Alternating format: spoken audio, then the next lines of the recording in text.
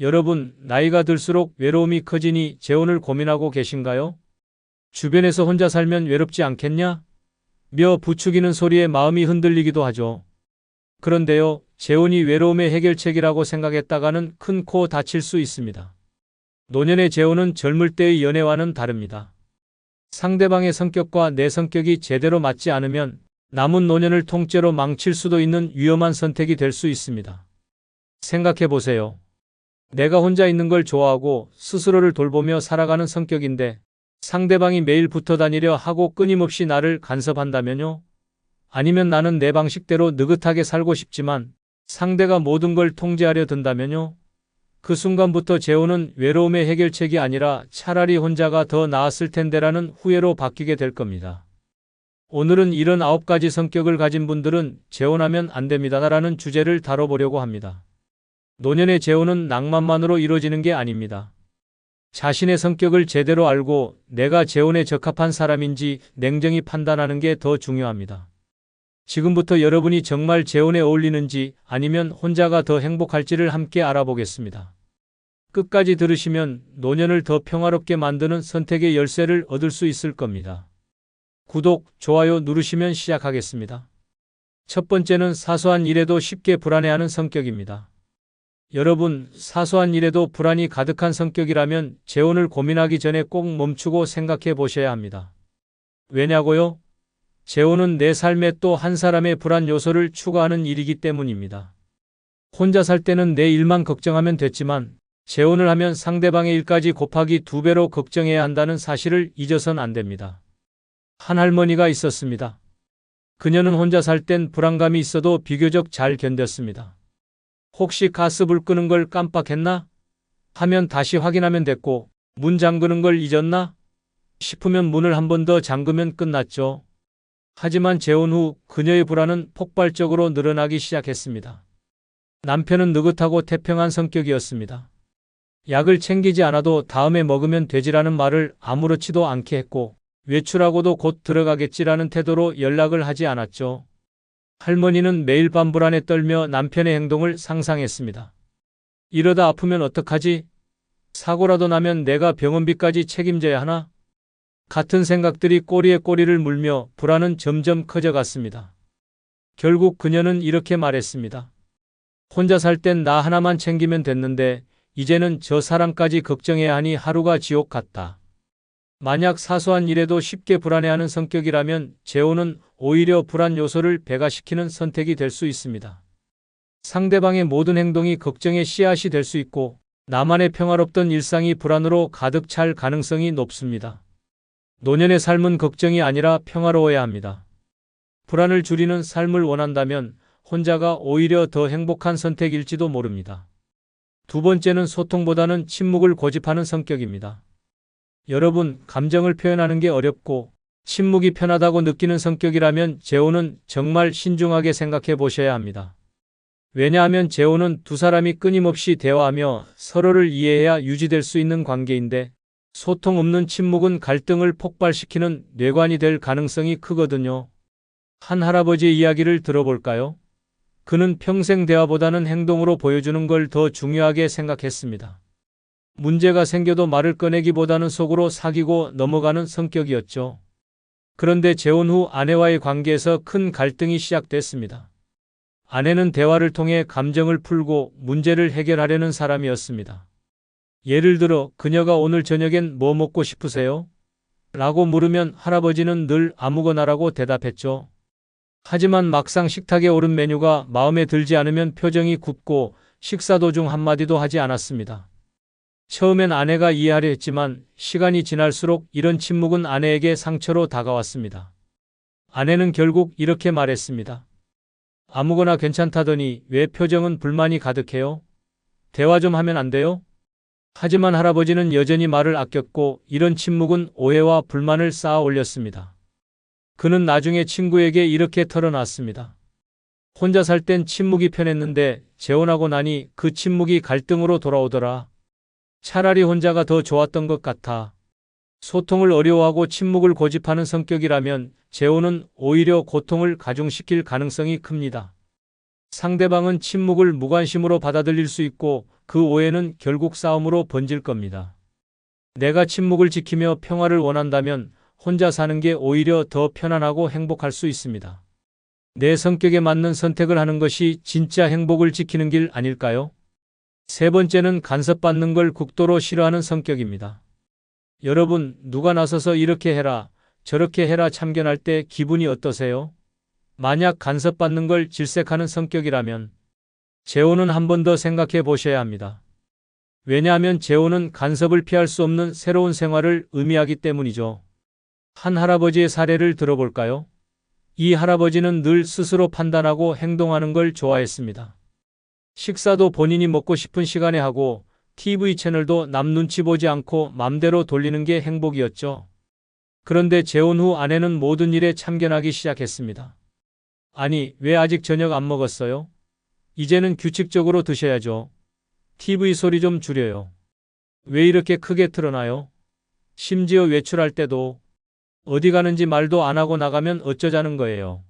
라며 잔소리를 했습니다. 처음엔 이해하려 노력했지만 할아버지는 점점 답답함을 느꼈습니다. 내가 자유로워지려고 혼자 살았던 건데 재혼하고 나니 잔소리와 간섭이 더 심하네. 결국 그는 이렇게 말했습니다. 차라리 혼자 살면서 아무도 날 간섭하지 않는 게 훨씬 행복했어. 간섭받는 걸 싫어하는 성격이라면 재혼이 오히려 큰 스트레스를 불러올 수 있습니다. 나와는 전혀 다른 생활 패턴을 가진 사람과 함께 살아야 한다면 갈등이 생길 가능성이 높아요. 상대방은 친절한 조언이라고 생각하겠지만 나에겐 간섭으로 느껴지기 쉽습니다. 그래서 재혼을 고민 중이라면 상대가 내 성격을 온전히 존중해 줄 수 있는 사람인지가 중요합니다. 만약 난 내 삶을 내 방식대로 살고 싶다는 확고한 성격이라면 재혼보다는 혼자의 자유를 지키는 편이 더 나은 선택일 수도 있습니다. 노년의 재혼은 낭만이 아니라 현실이니까요. 네 번째는 내 돈 내가 쓰고 싶어 하는 성격입니다. 여러분, 내 돈은 내가 쓰고 싶다는 생각이 강한 성격이라면 재혼은 그야말로 폭탄을 안고 사는 선택이 될 수 있습니다. 왜냐고요? 재혼은 단순히 외로움을 달래는 낭만이 아니라 상대방과 경제적 책임까지 나눠야 하는 현실적인 문제를 안기거든요. 잘못된 선택을 하면 내가 평생 쌓아올린 경제적 자립이 상대방의 손에 허물어질 수도 있습니다. 한 할머니 이야기를 들어볼게요. 이 할머니는 평생 알뜰하게 돈을 모아 안정된 노년을 꿈꿨습니다. 그녀는 혼자 살면서도 내 돈은 내가 번 거고 내가 써야 제맛이지라는 생각으로 행복하게 지냈죠. 그런데 주변에서 혼자 살면 외롭잖아. 같이 살면 얼마나 좋겠어? 라는 권유에 흔들려 재혼을 결심했습니다. 상대방이 따뜻하고 배려심 많은 사람이라며 친구들이 극찬했기 때문입니다. 하지만 문제는 재혼 이후 곧바로 터져 나왔습니다. 남편은 은퇴 후 가진 돈이 거의 없었고 생활비와 집안일에 대해 우리가 부부인데 그 정도는 서로 돕는 거 아니야? 라며 그녀의 경제적 지원에 기대기 시작했습니다.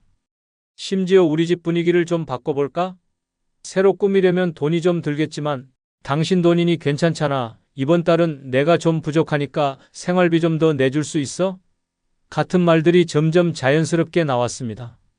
처음엔 그래, 부부니까 이해해야지라고 생각하며 넘어갔지만 시간이 갈수록 할머니의 마음은 무너져 갔습니다. 자신의 통장에서 빠져나가는 돈이 점점 늘어났고 이제는 자신이 번 돈을 쓰면서도 남편의 눈치를 봐야 했습니다. 결국 그녀는 친구들에게 이렇게 한탄했습니다. 혼자 살 때는 내 돈을 쓰는 게 기쁨이었는데 이제는 내 돈이 부담이 됐어. 내가 이러려고 평생 아껴가며 살았나 싶더라. 내 돈을 내가 쓰고 싶어 하는 성격이라면 재혼은 갈등의 시작이 될 가능성이 큽니다.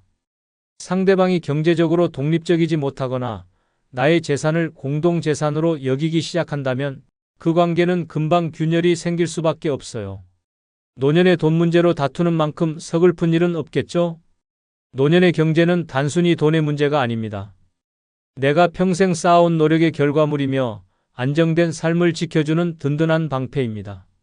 그런데 그 방패가 무너지기 시작하면 평화롭던 삶은 단숨에 갈등과 후회의 나락으로 떨어질 수 있습니다.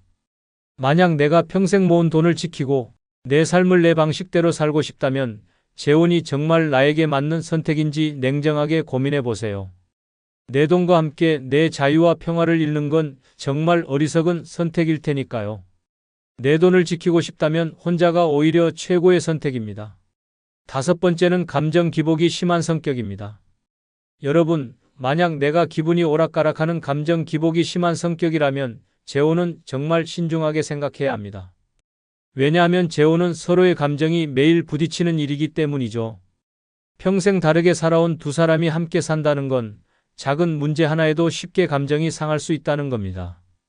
한 할머니의 이야기를 들어보세요. 그녀는 기분이 좋을 땐 유쾌하고 에너지가 넘치지만 조금만 기분이 나빠지면 금세 표정이 굳어지고 말도 하지 않는 성격이었습니다. 친구들이 혼자 살기엔 너무 외롭지 않겠냐며 재혼을 권유했고 그녀는 나도 이젠 감정을 나눌 사람이 있으면 좋겠다라는 마음에 재혼을 결심했죠.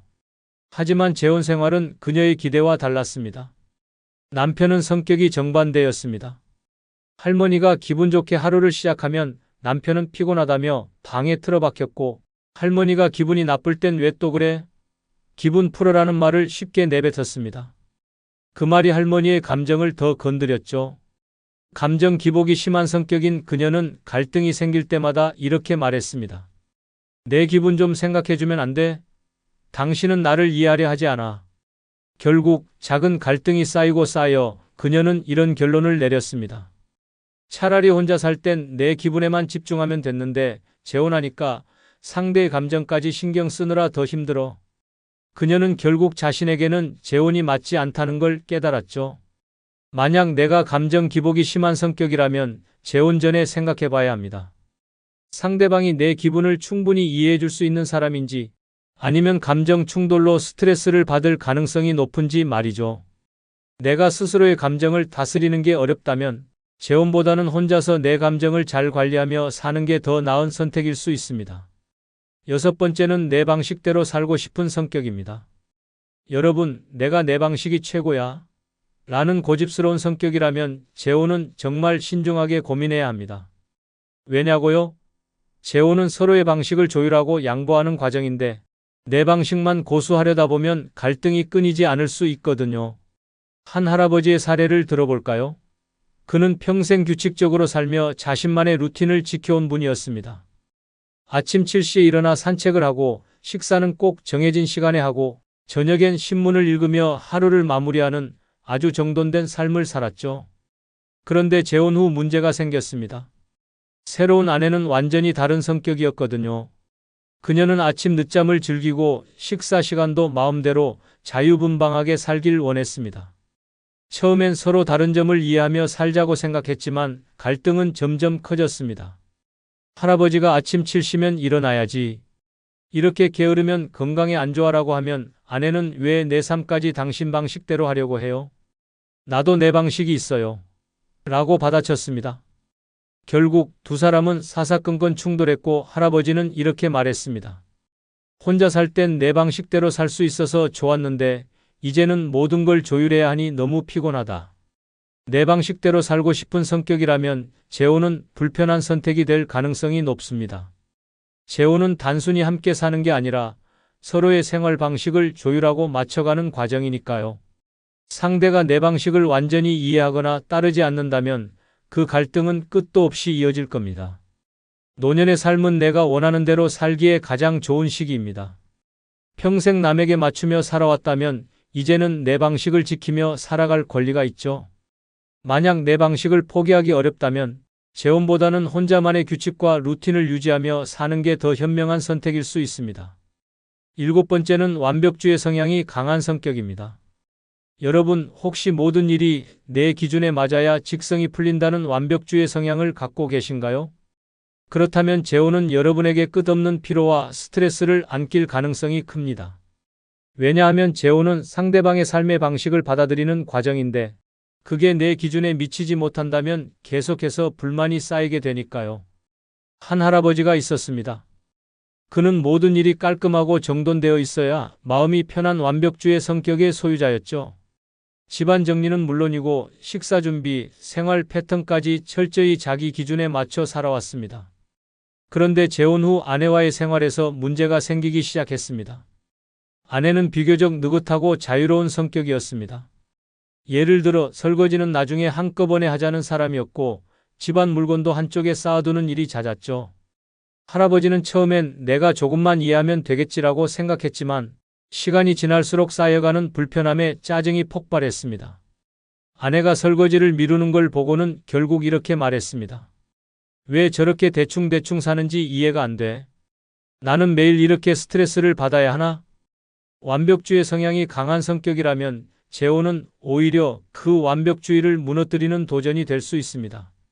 상대방이 내 기준에 맞춰주지 않는 순간마다 불만이 쌓이고 그 불만이 갈등으로 이어지기 쉽습니다. 나중에는 내가 왜 이런 불편함을 감수하면서까지 재혼을 했지? 라는 후회로 돌아올 가능성도 크죠. 완벽주의자는 혼자 살 때 가장 편안할 수 있습니다. 내 삶의 모든 것이 내 기준대로 돌아가고 불필요한 갈등을 피할 수 있으니까요.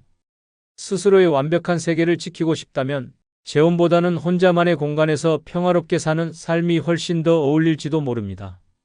나는 내 기준대로 살아야 마음이 편하다는 분이라면 재혼은 반드시 신중하게 고민해 보세요. 8번째는 밥 차리는 거 딱 질색인 성격입니다. 여러분, 혹시 밥 차리는 걸 세상에서 제일 귀찮아하는 성격이신가요? 혼자 살 때는 간단하게 대충 먹고 설거지도 최소화하며 하루를 마치는데 아무 문제가 없으셨죠? 그런데 재혼을 하면 이 성격이 큰 문제로 다가올 수 있습니다. 왜냐고요? 재혼 상대가 몇 끼니 오늘 뭐 먹어? 라는 질문을 던지기 시작하면요. 이게 단순한 질문이 아니라 평생 해결해야 할 숙제로 느껴질 겁니다. 한 할머니의 이야기를 들어볼까요? 그녀는 혼자 살면서 끼니를 대충 때우는 게 익숙했습니다. 라면 한 그릇이면 충분하지. 뭘 이렇게 거창하게 먹어? 라는 생각으로 냉장고에 있는 걸 대충 조합해 간단히 해결하곤 했죠. 그런데 재혼 후 남편은 정반대였습니다. 아침엔 따뜻한 국이 있어야 힘이 나지. 저녁에는 제대로 된 반찬이 있어야지. 라는 사람이었죠.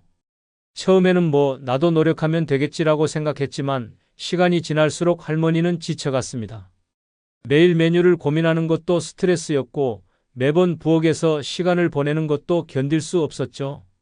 설거지까지 끝내고 나면 내 인생이 왜 이렇게 밥 차리는 데만 쓰이는 거야? 라는 한숨이 절로 나왔습니다. 결국 그녀는 친구들에게 이렇게 말했습니다.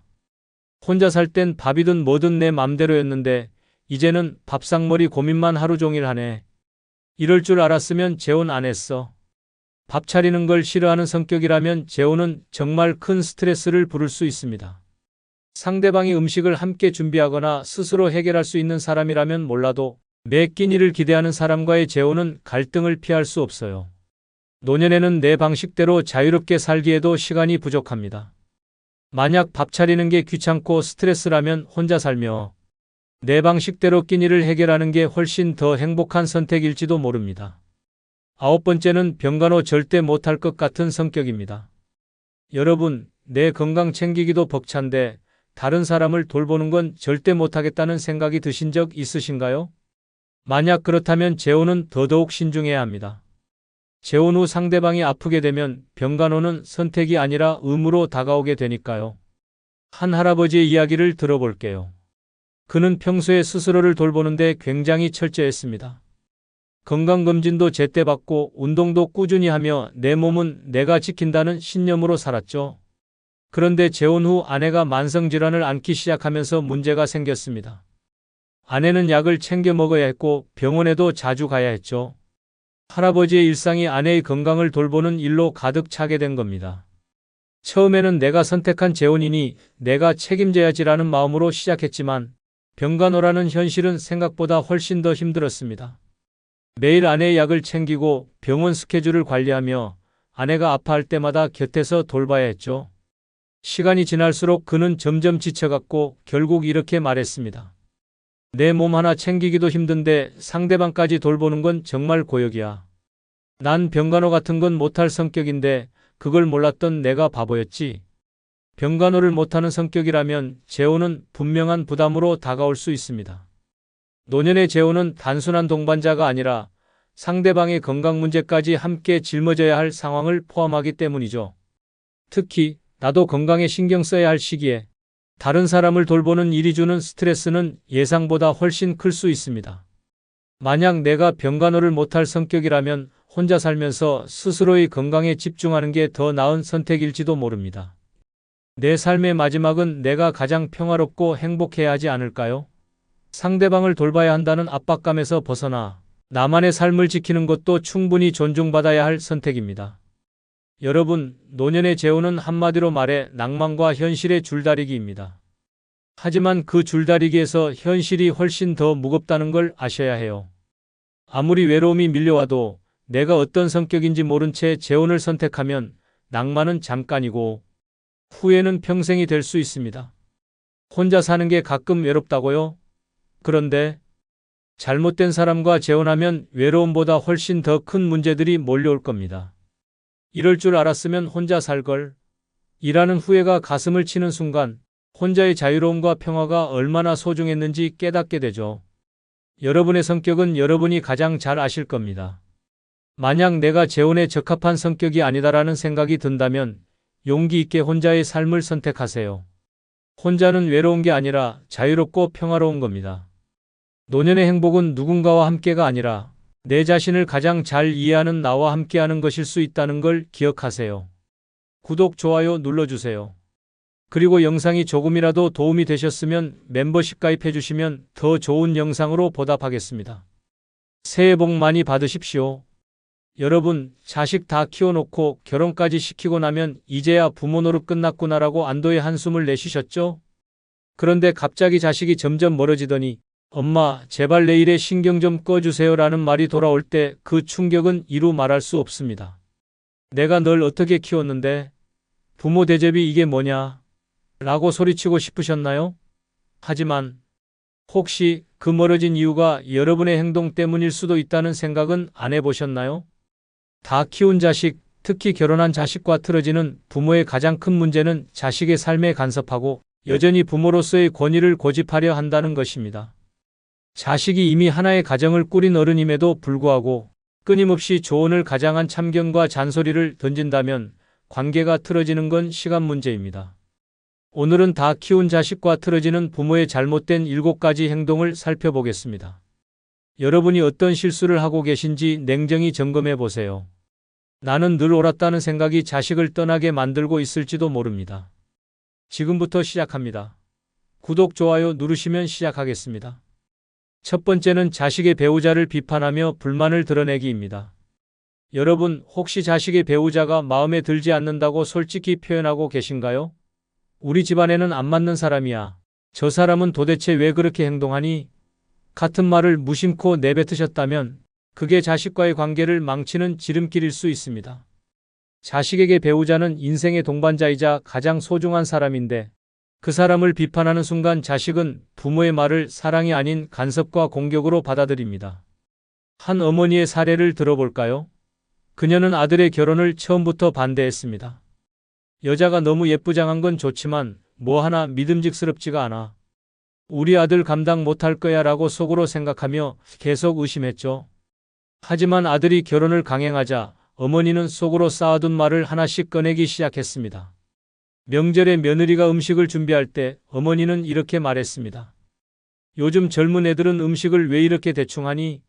우리 땐 정성 가득한 음식이 기본이었는데 며느리가 집안 청소를 해도 이렇게 하면 먼지가 안 닦인다니까? 내가 다시 할게라고 참견했습니다. 아들은 처음엔 어머니와 아내 사이를 중재하려 했지만 시간이 지날수록 지쳤습니다. 결정적인 순간은 어머니가 친구들에게 이런 말을 했을 때입니다. 우리 며느리 참 별로야. 애는 안 낳을 생각인지 집안일도 제대로 못하고 이런 애랑 결혼한 우리 아들 참 불쌍해. 이 말을 우연히 들은 며느리는 눈물을 흘리며 아들에게 이렇게 말했습니다. 당신 어머니는 날 존중하지 않아. 앞으로 그 집엔 발도 들이고 싶지 않아. 결국 아들은 어머니와 거리를 두기 시작했습니다. 부모가 자식의 배우자를 비판하면 자식은 배우자와 부모 사이에서 곤란한 입장이 됩니다. 배우자를 지키려다 부모와 멀어질 수밖에 없는 상황이죠. 부모로서 자식의 선택을 믿어주고 배우자를 존중해주는 태도가 필요합니다. 아무리 마음에 안 들어도 배우자는 자식이 선택한 가족입니다. 그 선택을 부정하는 순간 자식과의 관계도 부정되는 셈입니다. 이와 관련된 실제 일화 한 편을 소개해드리겠습니다. 한 시어머니 혜숙 씨는 아들의 결혼식 날부터 며느리가 마음에 들지 않았습니다. 얼굴은 예쁘지만 저런 애가 과연 우리 집 살림에 어울릴까? 라는 생각이 머릿속을 떠나지 않았죠. 하지만 겉으로는 티를 내지 않고 지켜보기로 했습니다. 문제는 결혼 후 첫 명절에 터졌습니다. 며느리가 혜숙 씨 집에 도착하자마자 이렇게 말했죠. 어머니, 떡국은 제가 해볼게요. 시어머니는 속으로 자신 있나 보내라고 생각하며 지켜봤습니다. 그런데 떡국이 완성되자마자 한 숟가락 맛본 혜숙 씨는 얼굴을 찡그렸습니다. 이게 떡국이니? 우리 집에선 이런 식으로 안 해. 며느리는 당황했지만 그래도 다음 요리를 준비했습니다. 그런데 이번엔 혜숙 씨가 주방으로 들어가며 칼질은 왜 이렇게 하니? 손이라도 다치겠다. 간은 제대로 봤어? 이렇게 하면 짜서 못 먹는다라며 사사건건 잔소리를 했습니다. 결국 며느리는 아무 말도 못하고 방으로 들어가 눈물을 흘렸죠. 결정적인 사건은 혜숙 씨가 친구들에게 며느리를 험담했을 때 일어났습니다. 우리 며느리? 예쁘긴 한데 그게 다야. 살림도 못하고 손주를 낳을 생각도 없어 보이더라고. 우리 아들이 괜히 고생할 것 같아. 이 말을 우연히 들은 며느리가 그날 밤 아들에게 폭발했습니다. 당신 어머니가 날 이렇게 비하하는데 내가 어떻게 존중해? 나 이제 그 집엔 절대 안 갈 거야. 아들은 참다 못해 어머니에게 이렇게 말했습니다. 엄마, 아내는 제가 선택한 사람입니다. 그녀를 비난하는 건 곧 저를 부정하는 거예요. 제발 며느리를 존중해 주세요. 하지만 혜숙 씨는 여전히 내가 틀린 말 했니? 내가 이 집 어른이잖아라며 물러서지 않았습니다. 그 이후 아들은 어머니와 거리를 두기 시작했고 며느리는 더 이상 집에 발을 들이지 않았습니다. 자식의 배우자를 비판하고 불만을 드러내는 순간 자식은 배우자를 지키기 위해 부모와 멀어지게 됩니다. 배우자를 존중하지 않으면 자식도 떠난다는 사실을 잊지 마세요. 두 번째는 자식의 실패를 끊임없이 지적하기입니다. 혹시 자식이 힘든 일을 겪을 때 내가 그럴 줄 알았다. 왜 내 말을 안 듣고 그렇게 했냐? 같은 말을 습관적으로 하시나요? 부모로서 조언을 해주는 것이 아니라 과거의 실패를 끊임없이 지적하고 질책한다면 자식은 부모에게 더 이상 기대할 게 없다고 느낄 수 있습니다. 한 할아버지의 사례를 들어보겠습니다. 그는 평생 자식을 위해 헌신하며 살았지만 그만큼 자식의 실패를 용납하지 못하는 사람이었습니다. 아들이 사업 실패로 힘들어할 때도 그는 이렇게 말했습니다. 내가 그렇게 될 줄 알았어. 내가 사업은 너랑 안 맞는다고 했잖아. 내 말을 안 들으니까 이 꼴이 났지. 아들은 사업 실패로 이미 자존감이 바닥이었는데 아버지의 말은 그를 더욱 깊은 상처로 몰아넣었습니다. 그래도 아들은 아버지의 말을 참고 넘어가려 했습니다. 하지만 아버지는 아들이 새롭게 일을 시작하려 할 때도 끊임없이 부정적인 말을 던졌습니다. 너 다시 시작하면 또 망할 거다. 그냥 내가 시키는 대로 해. 결국 아들은 아버지에게 이렇게 말했습니다. 아버지, 제가 힘든 건 제 선택이고 제 책임입니다. 그런데 아버지 말은 저를 돕는 게 아니라 더 주저앉게 만드는 것 같아요. 이젠 제발 그냥 지켜봐 주세요. 하지만 아버지는 여전히 자신이 옳다고 믿으며 이렇게 말했습니다. 내가 내 잘못을 지적하는 건 널 위한 거야. 그런데 너는 왜 그걸 이해 못하니? 부모가 자식의 실패를 반복적으로 지적하면 자식은 자신이 부모에게 인정받지 못한다고 느낍니다. 그 결과 부모와의 관계를 점점 단절하려고 하죠. 자식의 실패는 스스로 극복해야 할 과제입니다. 부모로서 그것을 비난하기보다 나는 내가 다시 일어설 수 있다고 믿는다는 응원의 메시지를 보내는 것이 훨씬 더 가치 있습니다. 부모는 자식의 삶을 비판자가 아닌 응원자로서 바라봐야 합니다. 실패를 지적하는 대신 자식의 선택을 존중하고 믿어주는 태도가 자식과의 관계를 건강하게 유지하는 길입니다. 그럼 이와 관련된 실제 사례 한 편을 소개해 드리겠습니다. 준호 씨는 대학 졸업 후 큰 꿈을 품고 창업에 도전했습니다. 그러나 현실은 녹록지 않았습니다. 첫 사업은 적자만 쌓이다 결국 문을 닫았죠. 그런데 더 큰 문제는 아버지의 반응이었습니다. 사업이 망한 날 준호 씨는 아버지에게 털어놓았습니다. 아버지, 잘 안 됐어요. 그러자 돌아온 건 위로가 아니라 그럴 줄 알았다라는 싸늘한 말이었습니다. 내가 뭘 알아서 사업을 해? 내가 그때 말했지. 그냥 직장 다니라고. 이럴 줄 뻔했어. 준호 씨는 자존심이 상했지만 다시 도전하기로 결심했습니다. 이번에는 더 신중히 준비해 사업을 시작했지만 결과는 또 실패로 끝났습니다. 그런데 이번엔 아버지가 한술 더 뜹니다. 내가 그만두라고 했지? 내가 해봤자 안 되는 애라는 걸 왜 모르니? 너 이러다 빚더미에 안고 가족까지 힘들게 만들 거야. 그날 준호 씨는 처음으로 아버지에게 이렇게 말했습니다. 아버지, 제가 실패한 건 사실이에요. 그런데 제가 이렇게까지 무너진 건 아버지 말 때문이에요. 실패는 제가 감당해야 할 몫인데 아버지가 제 실패를 못난 놈으로 정의 내리니까 더는 나아갈 힘이 안 나요.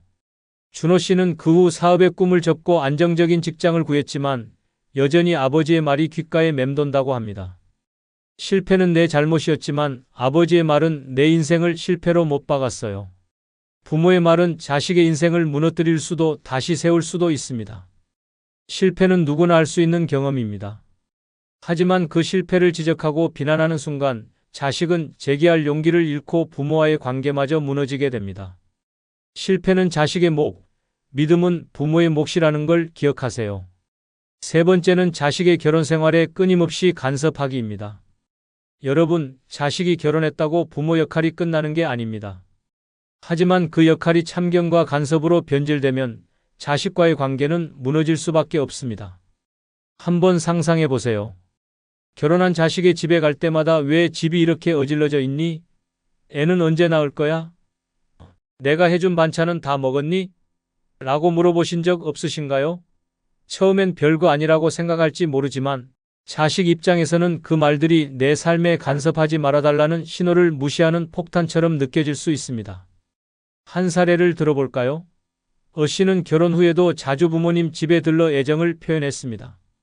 그런데 어느 날부터 어머니는 사사건건 그의 결혼 생활에 간섭하기 시작했습니다. 내 아내는 왜 설거지를 이렇게 대충 하니? 이런 음식을 먹으면 건강이 나빠질 텐데. 왜 이런 거래? 심지어 명절 때는 아내에게 우리 집은 이런 음식을 안 해. 이건 기본이야 라며 집안의 규칙을 강요했습니다. 결국 아내는 참다 못해 씨에게 이렇게 말했습니다. 당신 어머니가 나를 존중하지 않는 것 같아. 더 이상 그 집에 가고 싶지 않아. 씨는 어머니에게 이 문제를 조심스럽게 이야기했지만 돌아온 대답은 충격적이었습니다. 내가 너희 잘 살라고 하는 건데 그걸 못 받아들이니? 결국 자식은 부모와의 거리를 두기 시작했고 방문 횟수도 점점 줄어들었습니다. 부모로서 자식의 삶에 조언하고 싶을 수 있습니다. 하지만 조언과 간섭은 종이 한 장 차이입니다. 결혼한 자식은 이미 독립된 가정을 꾸렸고 스스로의 방식대로 살아가는 어른입니다. 그들의 결혼 생활을 지나치게 관여하고 평가하는 순간 자식은 부모의 말이 사랑이 아닌 부담으로 느껴지게 됩니다. 나는 자식을 위하는 마음에서 한 말인데 왜 이럴까? 라고 생각하시겠지만 자식에게는 그 사랑이 통째로 다가올 수 있습니다. 자식의 결혼 생활에 간섭하지 않는 것이야말로 부모와 자식 간의 건강한 관계를 지키는 첫걸음입니다. 네 번째는 손주 교육에 간섭하기입니다. 여러분, 자식 다 키워놓고 이제는 손주를 키우는 데 관심을 두시나요? 애는 이렇게 키워야 해.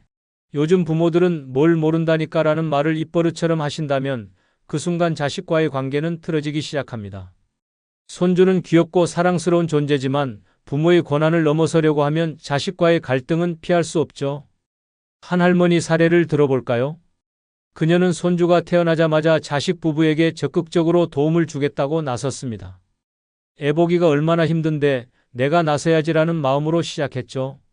하지만 시간이 지나면서 그녀의 도움은 조언이 아닌 간섭으로 변질되기 시작했습니다. 할머니는 손주에게 과자 하나를 주는 것도 못마땅했습니다. 애가 이런 거 먹으면 몸에 안 좋아라고 하며 자식 부부에게 훈수를 두기 시작했죠. 심지어 손주가 기저귀를 벗는 시기, 유치원을 선택하는 문제까지 내가 아는 게 많으니 내 말을 들어야 한다며 고집을 부렸습니다. 문제는 자식 부부가 다른 생각을 가지고 있었을 때 터졌습니다. 자식은 이렇게 말했죠. 엄마, 우리가 알아서 할게요. 제발 손주 교육에 너무 간섭하지 마세요. 하지만 그녀는 쉽게 물러서지 않았습니다. 내가 뭘 알아? 내가 너도 이렇게 키웠어. 너희 방식은 잘못됐어. 결국 자식 부부는 할머니의 간섭을 피하려고 그녀와의 만남을 점점 줄여갔습니다. 손주 교육은 부모의 몫입니다. 부모의 방식이 마음에 들지 않더라도 그것을 인정하고 존중하는 태도가 필요합니다. 자식이 부모에게 조언을 구할 때만 의견을 제시해야 하며 내가 손주를 위해 이렇게 하는데 왜 고마워하지 않느냐는 태도는 갈등을 키울 뿐입니다. 손주를 사랑하는 마음이 오히려 자식과의 관계를 해칠 수 있습니다. 자식 부부가 손주를 키우는 방식이 마음에 들지 않아도 그것을 인정하고 거리를 두는 것이 진정한 부모의 지혜 아닐까요? 5번째는 과거를 끊임없이 들먹이며 자식에게 잔소리하기입니다. 여러분, 혹시 자식이 결혼 후에도 끊임없이 내가 어렸을 때 이랬지, 내가 널 어떻게 키웠는데 같은 말을 듣고 있나요? 부모의 입장에선 추억을 나누는 대화라고 생각할 수 있지만 자식에게는 지나간 일을 들먹이며 나를 비난한다는 느낌으로 다가올 수 있습니다. 한 할아버지의 사례를 들어보겠습니다. 그는 자식이 집에 올 때마다 이런 말을 입버릇처럼 했습니다. 내가 어렸을 때 얼마나 말썽을 피웠는지. 아니, 내가 공부를 좀 더 열심히 했으면 우리 집이 지금 훨씬 나아졌을 거야. 자식은 처음엔 웃으며 넘기려 했습니다. 하지만 그 말들이 반복되면서 점점 스트레스를 받기 시작했죠. 결혼 후에도 그는 자식 부부가 힘들다고 하면 내가 예전부터 게을러서 그런 거야. 내가 그렇게 말했잖아. 그때 내 말을 들었으면 지금 이 꼴은 안 났지. 라며 과거를 끄집어냈습니다. 결국 자식은 참다 못해 이렇게 말했습니다. 아빠, 그만 좀 하세요. 내가 과거에 뭐 잘못했든 지금 그게 무슨 상관이에요? 왜 매번 내 잘못만 들추세요? 하지만 할아버지는 이해하지 못했습니다. 내가 널 위해 하는 말인데 그걸 못 받아들이냐? 내가 이기적이니까 그렇지. 그날 이후 자식은 부모와의 연락을 끊어버렸습니다. 자식과의 관계에서 과거를 들먹이는 건 가장 빠르게 틀어지는 지름길입니다. 과거의 잘못은 이미 끝난 일입니다. 그걸 끊임없이 들추며 자식을 비난하면 자식은 부모를 원망하거나 피하게 될 뿐입니다. 노년의 자식과의 건강한 관계를 유지하려면 과거가 아닌 현재를 바라보세요. 자식이 부족한 점이 있어도 그것을 과거와 연결, 지어 잔소리하기보다는 그들의 현재를 있는 그대로 존중하고 격려해 주는 것이 훨씬 더 아름다운 부모의 모습 아닐까요? 6번째는 자식에게 효도를 강요하기입니다. 내가 너를 어떻게 키웠는데 이 정도는 해줘야지 라는 말을 자주 하신다면 자식과의 관계에 균열이 생길 가능성이 큽니다. 부모가 자식에게 효도를 강요하는 순간 자식은 사랑에서 우러나는 효심이 아니라 의무와 부담으로 행동하게 됩니다. 자식 입장에서 부모를 사랑하기는커녕 도망가고 싶다는 생각이 들게 만들 수도 있죠. 한 아버지의 사례를 들어볼까요? 그는 은퇴 후 경제적으로 안정되지 않은 상황에서 자식에게 기대를 많이 했습니다. 평소에도 자주 이렇게 말하곤 했죠. 내가 나중에 나를 책임져야 한다. 내가 너 대학 보내고 얼마나 고생했는데. 자식은 아버지를 돕고 싶은 마음이 있었지만 그 말들이 점점 부담스럽게 느껴지기 시작했습니다. 특히 아버지가 이번 달 생활비가 부족하니 좀 보태라. 내 병원비도 내가 좀 신경 써라라고 요구하는 일이 늘어나면서 자식은 경제적으로 압박을 느끼게 됐습니다. 하지만 결정적인 사건은 아버지가 자식의 배우자 앞에서 이런 말을 했을 때였습니다. 내가 이 집안의 뿌리인데 나한테 효도 안 하면 누가 하겠어? 내 돈 벌어 쓰는 것도 다 나 덕분이지 않냐? 자식은 참다 못해 이렇게 말했습니다. 아버지, 저도 제 가정이 있습니다. 아버지를 돕는 건 제가 선택할 문제이지 아버지가 강요하시면 안 돼요. 그 말을 들은 아버지는 충격을 받았고 자식과의 관계는 점점 멀어졌습니다. 효도는 강요할 수 있는 게 아닙니다. 자식이 부모를 사랑하는 마음에서 우러나와야 진정한 효도가 됩니다. 하지만 부모가 효도를 요구하거나 자신의 희생을 강조하며 부담을 주는 순간 자식은 효도를 부담과 책임으로만 느끼게 됩니다. 부모와 자식의 관계는 주는 사랑에서 유지됩니다. 자식을 향한 부모의 사랑이 강요가 되지 않을 때 자식은 자연스럽게 부모를 돌보게 됩니다. 효도는 사랑의 표현이지 빚을 갚는 계산이 아니라는 걸 꼭 기억하세요. 7번째는 자식의 독립을 인정하지 않는 행동입니다. 여러분, 혹시 자식이 이미 결혼하고 독립했는데도 아직도 내가 너를 키우고 있다는 마음으로 살고 계신가요? 자식이 어른이 되어 독립된 삶을 살기 시작했음에도 여전히 그들을 아이로 여긴다면 자식과의 관계는 점점 틀어질 수밖에 없습니다. 독립을 인정하지 않는 부모의 행동은 자식에게는 간섭과 통제로 다가오니까요. 한 어머니의 이야기를 들어볼까요? 그녀는 아들이 결혼하고 독립했지만 여전히 아들을 아이처럼 대했습니다. 어른이 되긴 했지만 아직도 많은 걸 모른다. 내가 도와줘야 제대로 살 수 있을 거야 라는 생각으로 아들의 삶에 깊이 관여했죠. 예를 들어 아들이 이사간 새 집에 오자마자 집안을 샅샅이 살펴보며 이렇게 말했습니다. 왜 이렇게 좁은 집에 들어갔니? 이러다 애라도 나오면 어디서 키울 거야? 아들은 불편했지만 그냥 웃어넘겼습니다. 그러나 문제는 그녀가 자주 집에 들러 이건 이렇게 정리해야 해. 너희 부부는 이러면 안 되라며 참견을 시작하면서 터졌습니다.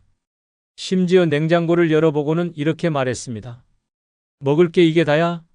내가 반찬 좀 해다 줄 테니 내 말 잘 들어. 결정적인 사건은 어머니가 사전 동의 없이 아들의 집에 열쇠를 만들어 방문하기 시작했을 때였습니다. 어느 날 그녀가 아들의 부재 중에 집에 와서 정리해두고 간 일을 알게 된 아들은 폭발했습니다. 엄마, 제발 내 삶에 간섭하지 마세요. 저는 이제 어른이고 제 가정을 책임질 수 있습니다. 하지만 어머니는 이렇게 말했습니다. 내가 너희를 위해 해주는 건데 왜 고마워하지도 않고 화를 내니? 부모가 자식의 독립을 인정하지 않는 순간 자식은 자신의 삶이 통제받는 기분을 느낍니다. 어른으로 대우받지 못한다고 느끼면 부모와의 거리는 자연스럽게 멀어질 수밖에 없습니다. 노년에는 자식이 아닌 자신의 삶에 집중하는 태도가 필요합니다. 자식의 독립을 인정하고 이제 내 삶은 내가 책임질 수 있다는 믿음을 주는 것이 건강한 관계를 유지하는 비결입니다. 여러분, 자식 다 키워놓고 이젠 내 곁에 있겠지라는 기대를 하셨나요? 하지만 부모의 잘못된 행동 하나가 그 기대를 산산조각 낼 수 있다는 걸 기억하세요.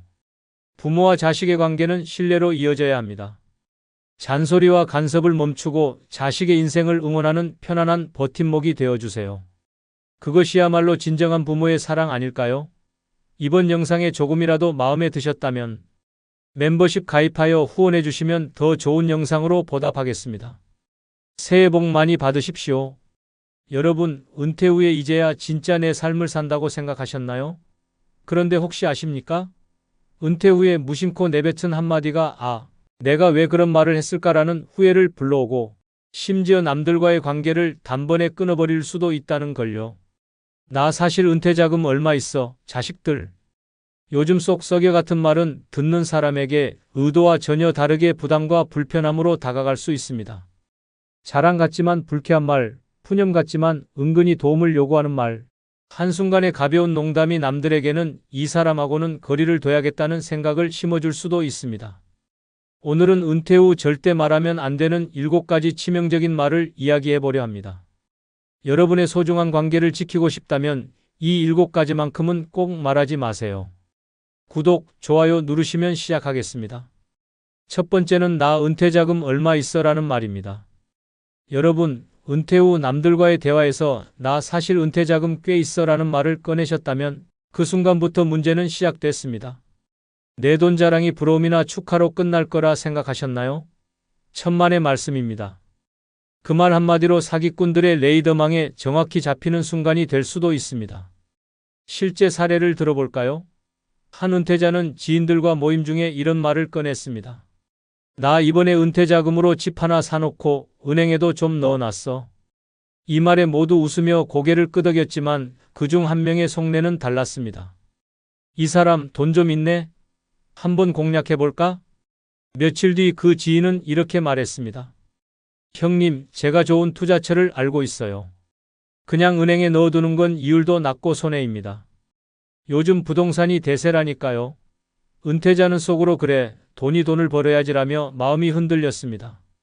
결국 그는 지인의 추천으로 큰 돈을 투자했지만 몇 달 뒤 그 지인은 연락이 두절됐고 투자한 돈은 허공으로 사라졌습니다. 여기서 끝이 아닙니다. 돈 자랑은 단순히 사기꾼들에게만 먹잇감을 제공하는 게 아닙니다. 가까운 지인들이나 심지어 가족들까지도 저 사람 돈 많다더니 좀 빌려달라고 해볼까? 라는 생각을 하게 만들죠. 돈을 빌려주고 받지 못하거나 부탁을 거절한 뒤 관계가 어색해지는 일은 흔히 벌어지는 시나리오입니다. 돈은 조용히 숨겨야 지킬 수 있습니다. 나 돈 있어라는 한마디가 주변 사람들의 시선과 의도를 바꿀 수 있다는 걸 잊지 마세요. 은퇴 후엔 돈 자랑이 아니라 조용한 관리가 진정한 지혜입니다. 돈 이야기는 입 밖에 꺼내지 마세요. 그 한마디가 내 돈을 날리고 관계까지 망칠 수 있습니다. 그럼 이와 관련된 실제 사례를 한 편 소개하겠습니다. 김 씨는 은퇴 후 동네 친구들과의 술자리에서 가벼운 마음으로 이런 말을 했습니다. 나 은퇴 자금 꽤 있어. 집값도 올랐고 은행에 여유 자금도 꽤 넣어놨지. 그 말을 들은 친구들은 겉으로는 잘 됐네 라며 축하했지만 속으로는 각기 다른 계산을 하기 시작했습니다. 며칠 후 그중 한 친구가 김 씨를 찾아와 이렇게 말했습니다. 형님, 제가 요즘 좋은 투자 정보를 하나 알게 됐는데요. 그냥 은행에 돈 넣어두는 건 손해입니다. 이 투자만 하면 원금은 물론이고 이자가 몇 배로 돌아올 거예요.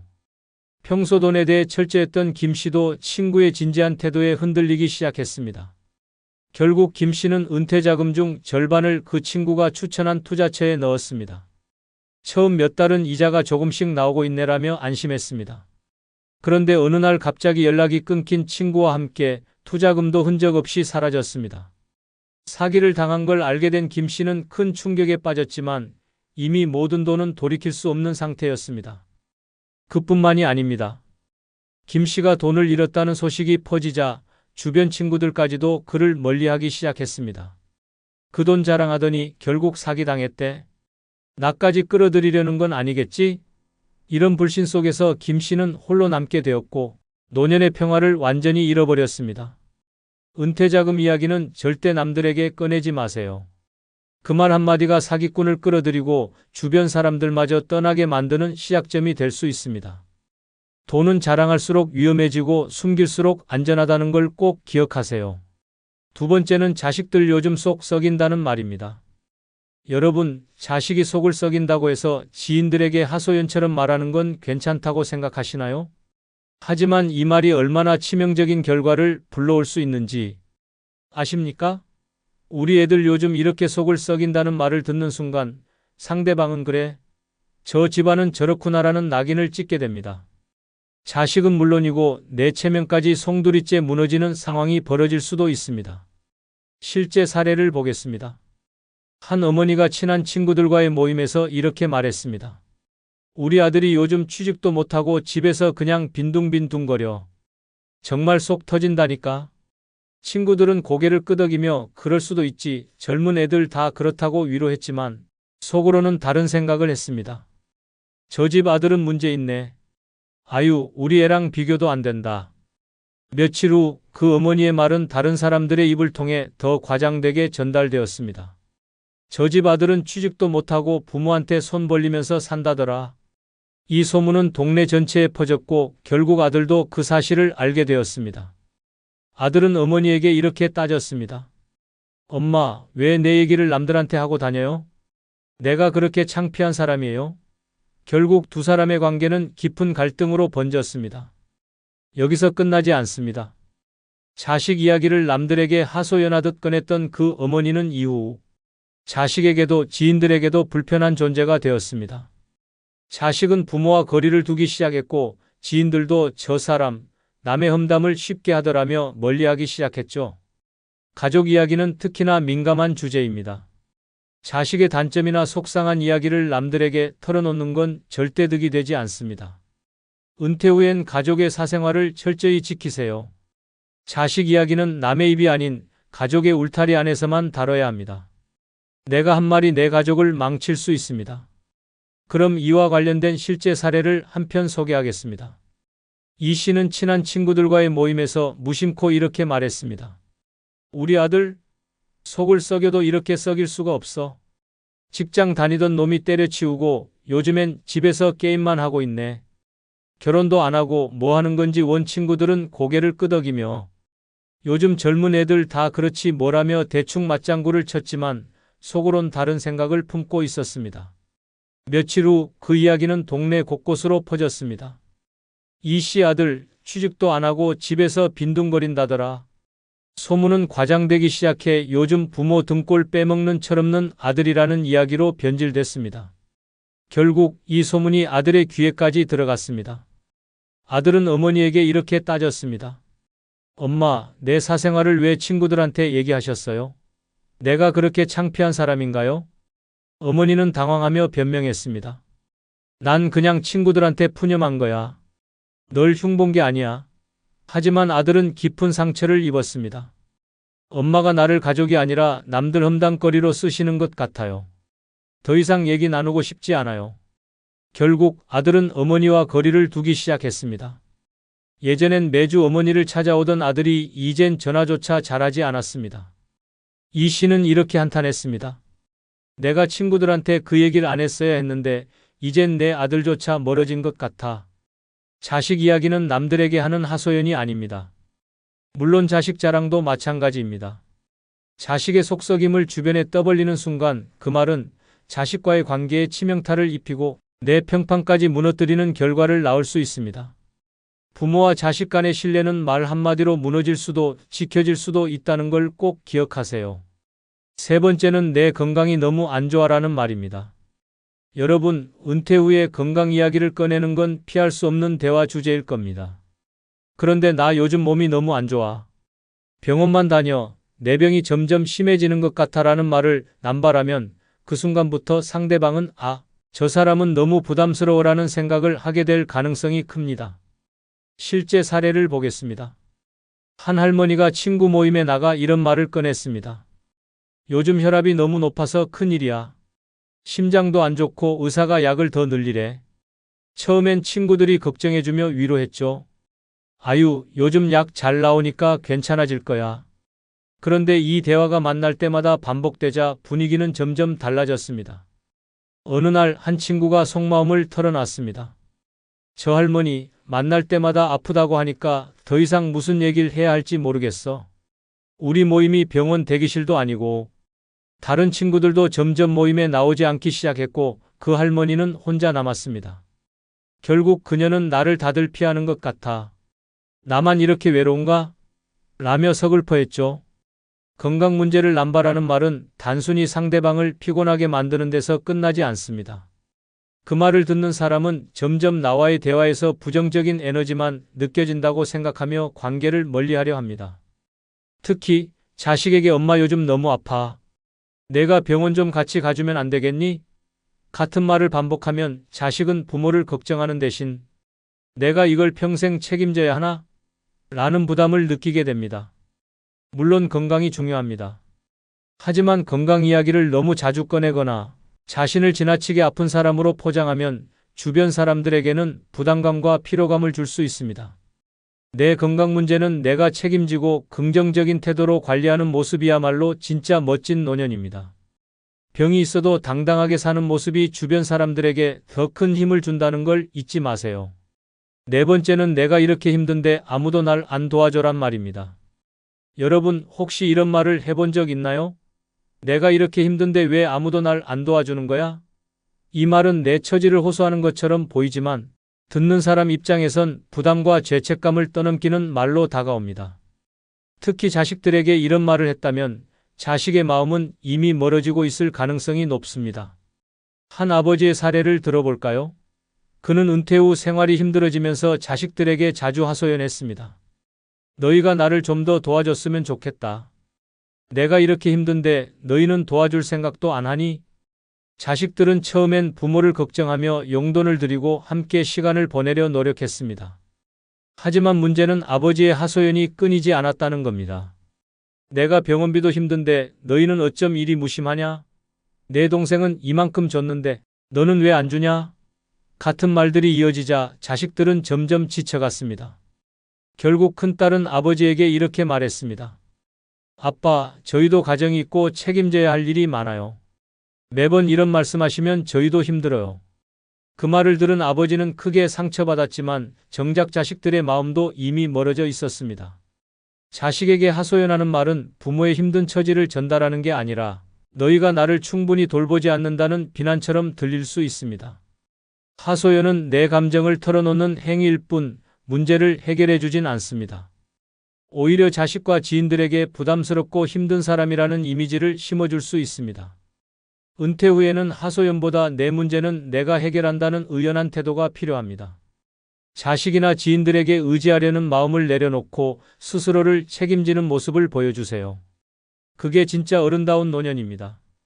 다섯 번째는 내 자식이 얼마나 성공했는지 알아? 란 말입니다. 여러분, 은퇴 후에 자랑거리가 줄어들면서 자식 자랑으로 대화를 시작한 적 있으신가요? 우리 아들 이번에 승진했더라고. 연봉도 엄청 올랐대. 우리 딸은 애 키우면서도 박사 학위 받았어. 같은 말이 대화의 화제가 된 적이 있다면 그 순간부터 듣는 사람들의 속은 복잡해지기 시작했을 가능성이 큽니다. 사례를 들어볼까요? 한 아버지는 친구들과의 모임에서 자식 자랑을 늘어놓았습니다. 우리 아들 이번에 외국계 기업으로 옮겼는데 연봉이 억대래. 진짜 내 자식이지만 대단하지 않아? 처음엔 친구들이 박수를 치며 축하했습니다. 하지만 모임이 끝난 후 친구들은 이렇게 수군댔습니다. 자기 자식 자랑 좀 적당히 하지. 듣는 사람 기죽이는 줄 몰라? 여기서 끝이 아닙니다. 자식 자랑은 듣는 사람들에게 비교의 스트레스를 안겨주기도 합니다. 저 사람 아들은 저렇게 잘 나가는데 우리 애는 왜 이 모양이야?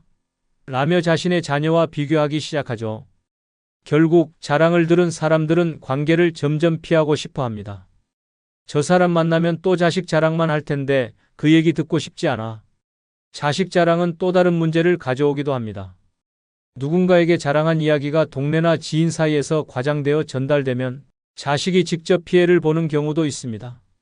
내 아버지가 내 연봉 자랑하던데 정말 그렇게 많이 버니? 한턱 쏴야지. 라는 말로 자식이 곤란한 상황에 처할 수도 있죠. 기억하세요.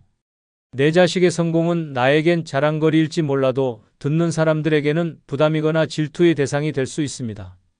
자식 자랑은 가족끼리만 하는 것으로 충분합니다. 관계를 망치지 않으려면 자랑 대신 경청하는 법을 배우세요. 자식의 성공이 내 자랑이 되는 순간 관계의 실패로 이어질 수 있습니다. 여섯 번째는 요즘 생활이 너무 힘들어란 말입니다. 여러분, 요즘 생활비가 빠듯해서 힘들다. 내가 이렇게 힘들게 사는 걸 누가 알아주나? 라는 말을 자주 하신 적 있나요? 이런 하소연은 듣는 사람에게 공감보다 부담과 불편함을 안겨주는 독이 될 수 있습니다. 한 할머니의 사례를 들어보겠습니다. 그녀는 지인들과의 모임에서 자주 하소연했습니다. 요즘 물가가 너무 올라서 생활비가 부족해. 애들한테 돈 달라고 하기도 미안하고 정말 사는 게 힘들어. 처음엔 지인들이 고개를 끄덕이며 그렇죠. 요즘 다 힘들죠 라며 위로했습니다. 하지만 이 대화가 반복되면서 분위기는 점점 차가워졌습니다. 어느 날 한 지인이 속마음을 털어놨습니다. 저분 만나면 매번 힘들다는 얘기만 하니까 정말 피곤해. 나도 내 생활이 힘든데 그 얘기까지 들어야 하나? 결국 사람들은 모임에서 그 할머니를 점점 멀리하기 시작했습니다. 저 사람 말 들으면 기운만 빠져. 이뿐만이 아닙니다. 하소연은 듣는 사람에게 나를 도와달라는 신호로 읽히기도 합니다. 자식이나 지인들은 하소연을 듣다 보면 혹시 돈을 빌려달라는 얘긴가? 아니면 뭘 요구하는 건가? 라는 생각에 스트레스를 받게 됩니다.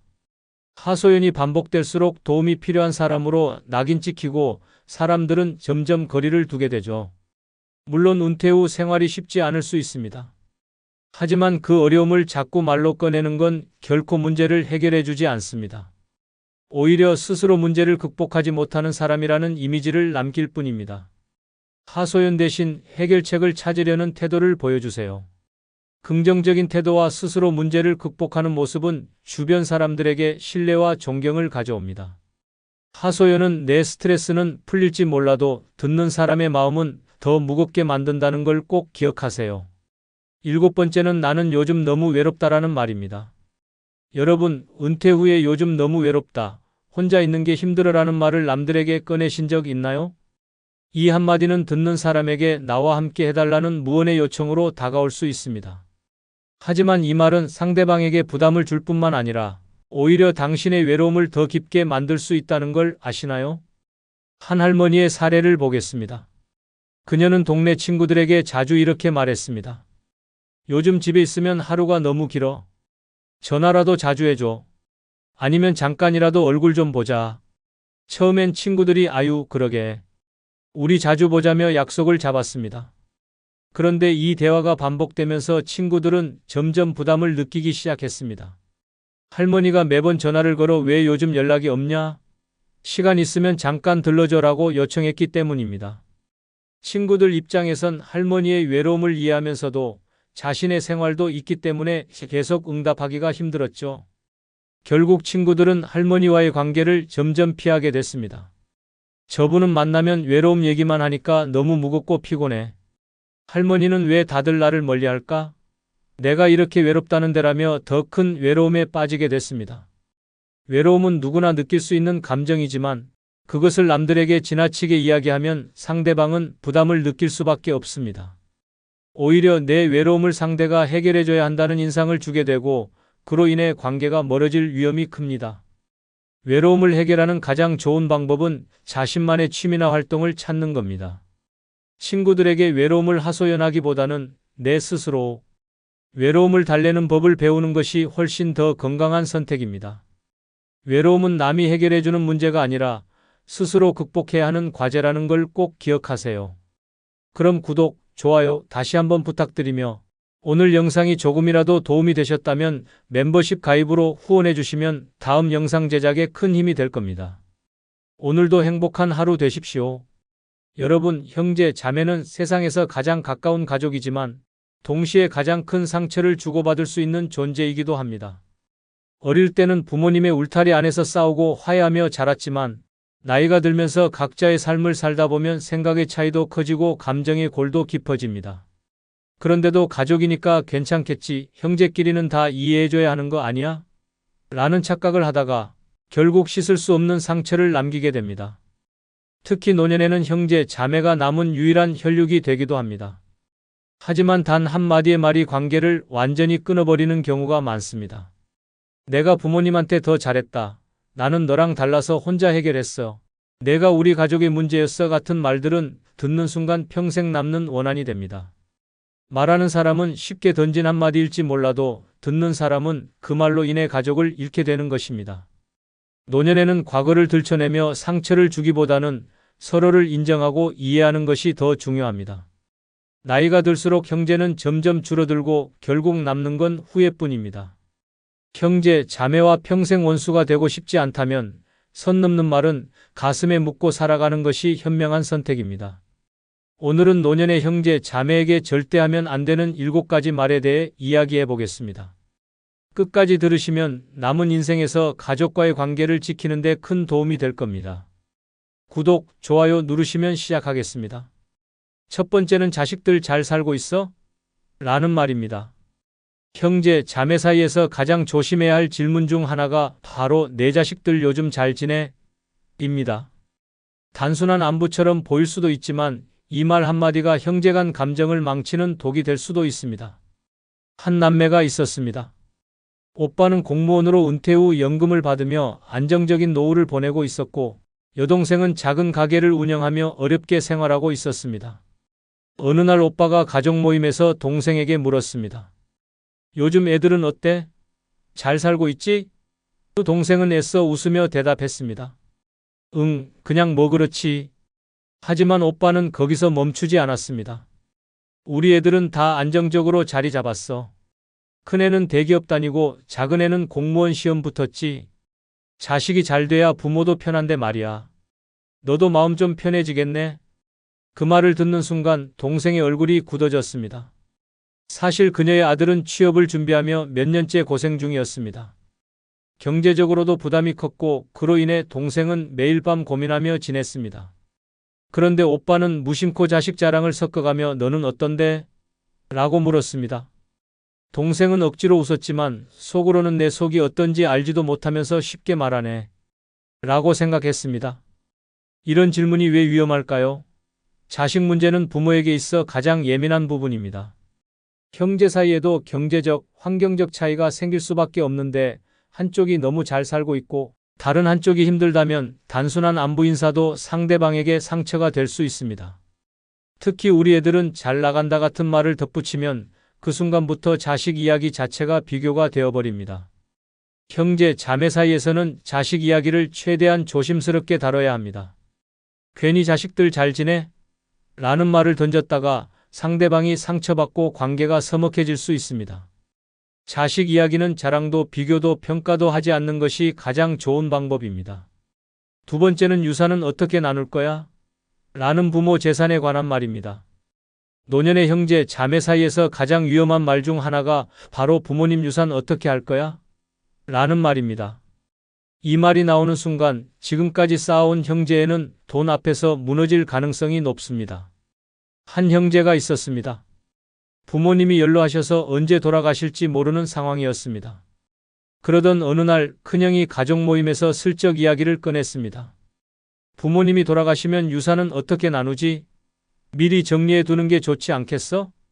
처음엔 그냥 현실적인 이야기처럼 들렸습니다. 하지만 둘째가 단호하게 말했습니다. 그런 얘긴 좀 너무 빠르지 않아? 문제는 그 후였습니다. 유산 이야기가 한번 나오고 나니 가족 모임이 있을 때마다 미묘한 신경전이 벌어졌습니다. 큰형은 부모님을 자주 찾아뵙고 부모님 앞에서 일부러 살갑게 행동하기 시작했습니다. 동생들은 그런 모습을 보며 속으로 생각했습니다. 형이 지금 부모님한테 잘 보이려는 건가? 그리고 부모님이 돌아가셨을 때 결국 형제들은 법적으로 유산을 나눴지만 감정의 골은 깊어졌습니다. 나는 부모님한테 더 잘했는데 왜 똑같이 나눠? 라는 생각이 들었고 작은 형은 결국 이렇게 말하고 관계를 끊어버렸습니다. 우리 이제 유산도 다 나눴으니까 볼일 없겠네. 유산 이야기는 꺼내는 순간 서로를 경쟁자로 만들 수 있습니다. 특히 부모님이 아직 살아계실 때 이런 얘기를 하면 쟤는 돈만 보고 있구나라는 인상을 줄 수 있습니다. 돈 문제가 얽히는 순간 형제에는 쉽게 깨질 수밖에 없습니다. 노년이 되면 형제 자매와의 관계는 돈이 아니라 추억과 정으로 유지되는 것입니다.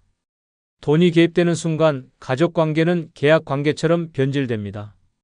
유산 문제는 부모님이 알아서 정리하시도록 두고 형제끼리는 돈이 아닌 마음을 나누는 것이 더 중요합니다. 유산을 두고 싸우느라 형제의 연을 끊는 것만큼 어리석은 일이 또 있을까요? 그럼 유산은 어떻게 나눌 거야? 한마디의 가족회의가 전쟁터로 변한 실제 사례 한 편을 소개하겠습니다. 아버지가 세상을 떠난 지 한 달도 지나지 않았지만 3남매는 부모님이 남긴 집과 재산을 어떻게 정리할지 논의하기 위해 모였습니다. 평소에는 바빠서 얼굴 보기도 힘들었지만 유산 문제만큼은 예외였습니다. 우리 가족은 돈 문제로 싸울 일이 없을 거야. 라고 믿었던 막내딸은 그게 착각이었다는 걸 깨닫게 되었습니다. 가장 먼저 입을 연 사람은 장남이었습니다. 장남은 부모님을 가장 오래 모셨다는 사실을 강조하며 집은 당연히 자신이 가져야 한다고 주장했습니다. 내가 부모님 곁에서 마지막까지 돌봤으니까 이 집은 내가 가져야 해. 처음에는 둘째와 막내도 어느 정도 이해하려 했습니다. 하지만 형이 말을 이어갈수록 점점 분위기가 이상해졌습니다. 그 대신 너희는 남은 현금을 나눠 가지면 되잖아. 막내는 순간 귀를 의심했습니다. 부모님이 남긴 재산 대부분이 이 집이었고 현금이라고 해봐야 얼마 되지 않았습니다. 결국 형은 나는 집, 너희는 조금 남은 돈이라는 말도 안 되는 제안을 하고 있었습니다. 둘째는 참지 못하고 비웃으며 말했습니다. 형, 우리가 부모님 남긴 돈만 받고 끝내라는 거야? 우리가 언제 형보다 덜했어? 생활비며 병원비며 엄마 간병할 때는 내가 거의 도맡았잖아. 장남은 기다렸다는 듯이 반박했습니다. 아, 그거? 그래도 결국 부모님은 내 집에서 사셨잖아. 그리고 너야말로 내가 낸 병원비 다 계산해볼까? 그 순간부터 분위기는 험악해졌습니다. 어릴 적 부모님이 누구를 더 예뻐했는지, 누가 더 희생했는지, 명절 때 누가 더 자주 왔는지까지 모든 것이 유산 문제와 엮이기 시작했습니다. 그리고 결국 법대로 하자. 라는 말이 나오면서 형제관계는 돌이킬 수 없는 강을 건너고 말았습니다. 막내딸은 그날 이후 형과 연락을 끊었습니다. 유산을 나누고 나면 형제관계도 원래대로 돌아올 줄 알았지만 더 이상 명절에도 얼굴을 보지 않았습니다. 결국 부모님의 재산은 남았지만 형제에는 사라지고 말았습니다. 유산을 나눈 것이 아니라 가족을 갈라놓은 셈이었습니다. 세 번째는 우리 어릴 때 너한테 양보 많이 해줬잖아 라는 말입니다. 어릴 때 형제 자매 사이에서 크고 작은 희생은 당연한 일이었습니다. 내가 막내라서 항상 내가 먼저였어. 내가 형이라서 다 참고 양보했어 같은 말은 흔히 하는 이야기입니다. 하지만 나이가 들어서까지 이 말을 꺼내며 과거의 빚을 청산하려 한다면 그 순간부터 형제 관계는 걷잡을 수 없는 싸움으로 번질 수 있습니다. 한 자매가 있었습니다.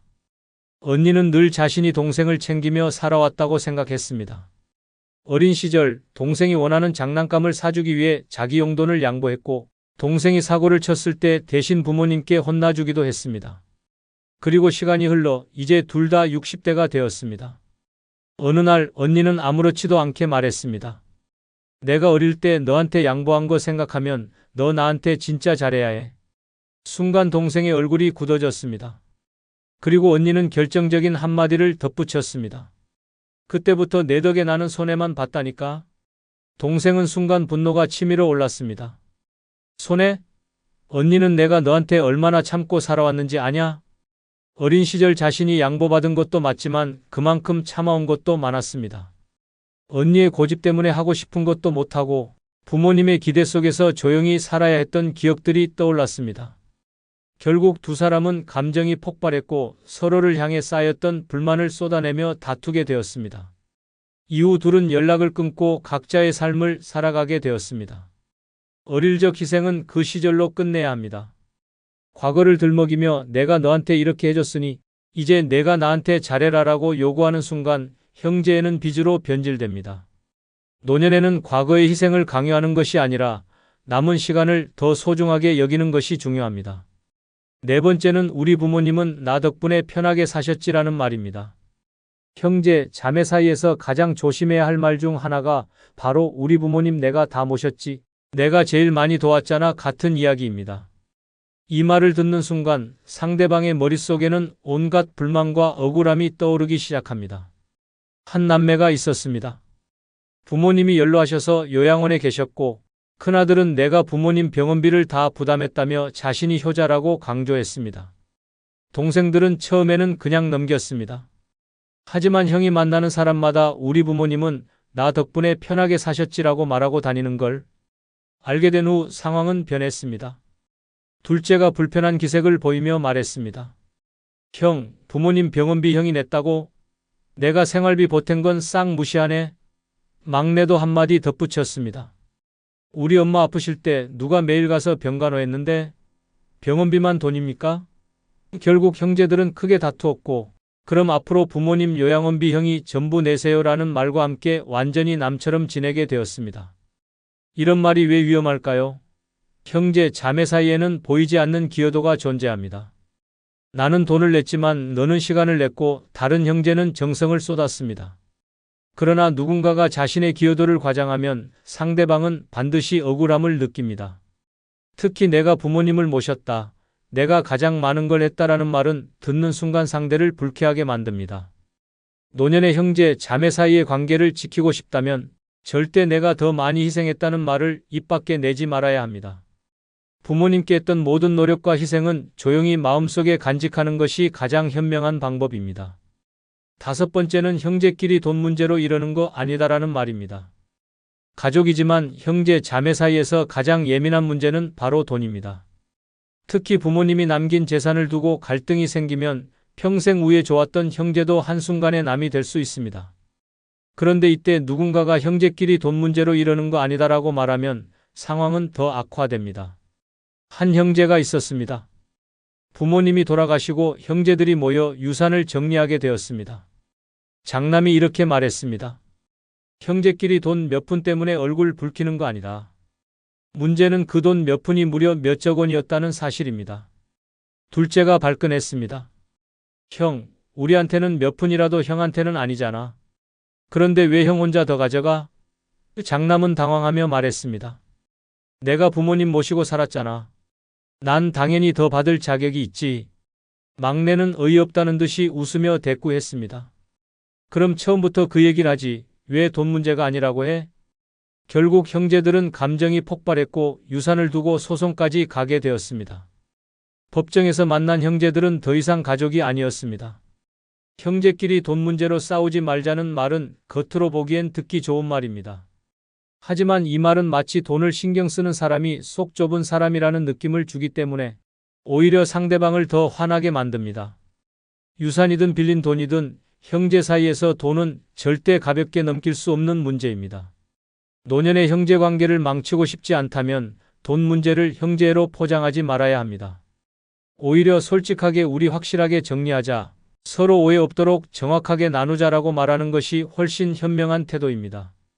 형제 관계에서 돈 문제는 감정적으로 접근할 것이 아니라 최대한 객관적으로 정리하는 것이 불필요한 갈등을 막는 길입니다. 여섯 번째는 내가 예전에 이랬잖아라는 과거의 이야기입니다.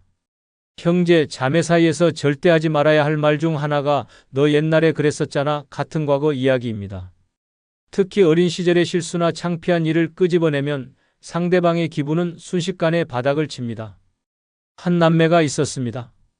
오빠와 여동생은 나이가 들면서 각자 가정을 꾸렸고 이제는 가끔씩 명절이나 가족 행사에서 얼굴을 보는 정도였습니다.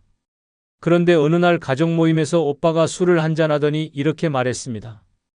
야, 너 어릴 때 기억나? 동네 운동회에서 내가 달리기 하다가 넘어져서 울면서 꼴찌로 들어왔잖아.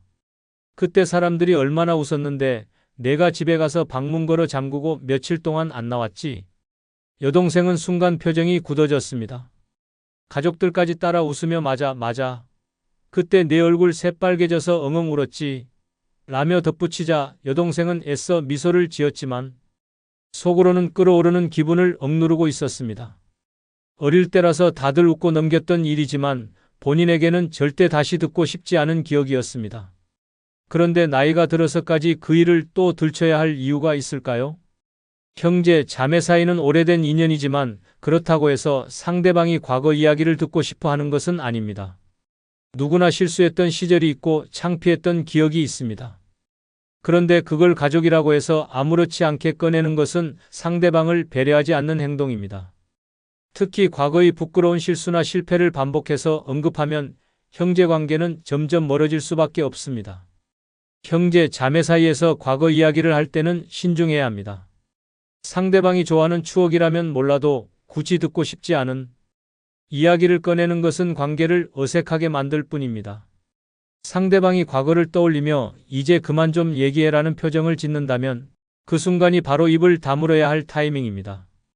일곱 번째는 내가 이 집안 장남 아니야? 라는 말입니다. 가족 중에서도 장남이나 장녀는 책임감이 크다는 말을 자주 듣습니다.